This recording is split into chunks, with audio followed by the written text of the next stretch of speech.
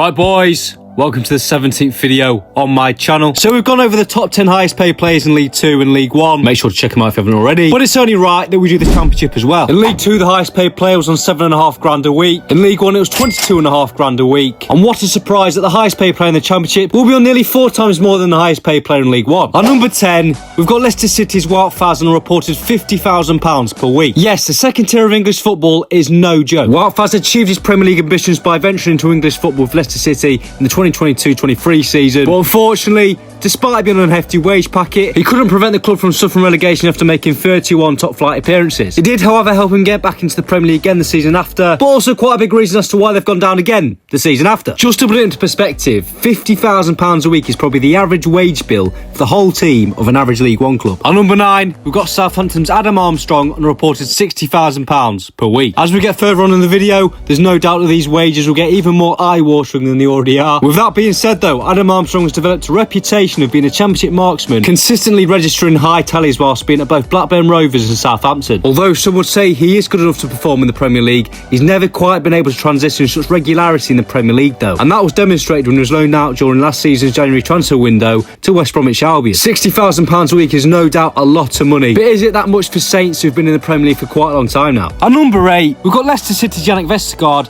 on a reported £60,000 a week. The 6'6" Dane takes home double the average UK salary in a week. But let's be honest, it's beyond comparable at this point. Linking up in the 2021-22 campaign, the Danish defender has featured just 10 times in the top flight, before failing to feature at all in the 2022-23 season. He will play a starring role back in the Championship though, playing all but 4 times as he helped the club get back into the Premier League. However, his game time back in the top flight would be limited again, featuring 16 times in an underwhelming campaign. It's safe to say, and his wages very much suggest, Vestergaard not quite cut out for the Premier League, but he's a very good Championship defender. At number 7, we've got Matt Targett. Did you know he went to Middlesbrough? Because I certainly didn't. Oh, and he's also on reported £60,000 a week as well. Targett made the move to the Teesside outfit this summer, and the last time he's played in the second tier was with Fulham in the 2017-18 season. And it's safe to say he's got a lot of experience above this level. And whilst it's quite a big wage bill and bought from local rivals, it's quite a decent investment from Middlesbrough. That's if they can get promoted this season or next season, because he has just turned 30. And just for reference, Middlesbrough's second highest earner, Luke Ayling, makes just half that, and the entire average of the whole team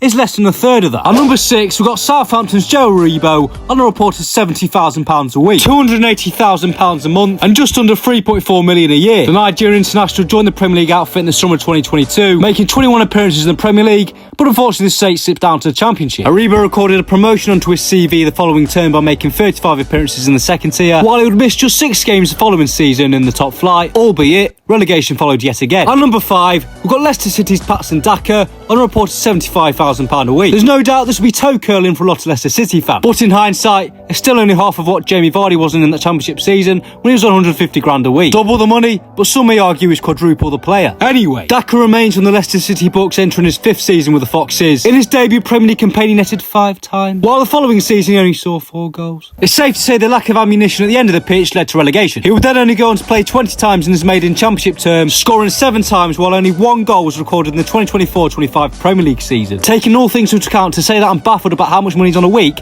would be a massive understatement. He can't hit a band at all. At number 4, we've got Sheffield United's Ben Godfrey on a reported £75,000 a week. The defender stepped down to the Championship with Sheffield United after playing just 4 league games over the past 2 seasons with Atalanta and Sheffield United. Sheffield United have lost key defensive assets in Ahmed Hodzic and Jack Robinson. Godfrey will add vital experience to the Blaze back line with over 100 appearances made in the top flight. I think Godfrey's more than good enough to play in the Premier League, and if he was, he'd be picking up a similar wage anyway. Sheffield United are also a big club, so I think the 75 grand a week is heavily justified. At number 3, we've got Leicester City's Boubakary Soumaré on a reported £80,000 a week, who too is in his 5th season in the East Midlands. In his opening term, the Frenchman struggled to nail down a starting spot in the heart of midfield, featuring just 19 times while he played 26 games in the 2022-23 season. After relegation, Soumaré spent the season at Sevilla on loan, playing 28 times in La Liga before returning to Leicester back in the Premier League and featuring 31 games. He is now embarking on his maiden Championship season, but let's hope he can actually justify the money he's on. At number 2, what a surprise, another Leicester player, but it's Ricardo Pereira, tied on £80,000 a week. The versatile Portuguese defender has been a part of Leicester's furniture for a long period of time, hence his rise in wages over the years. Over a 7-year period, Pereira has tasted his FA Cup glory as well as 1 promotion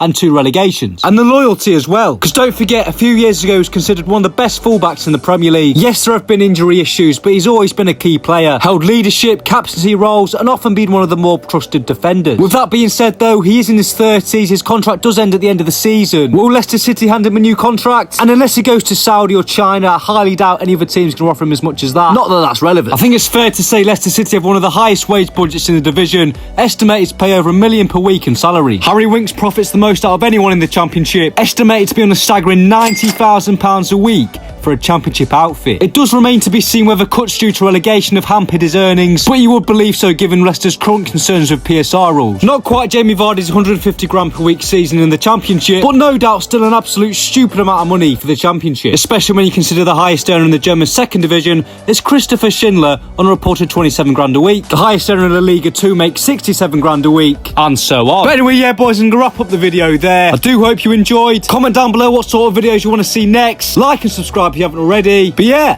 see you in the next one.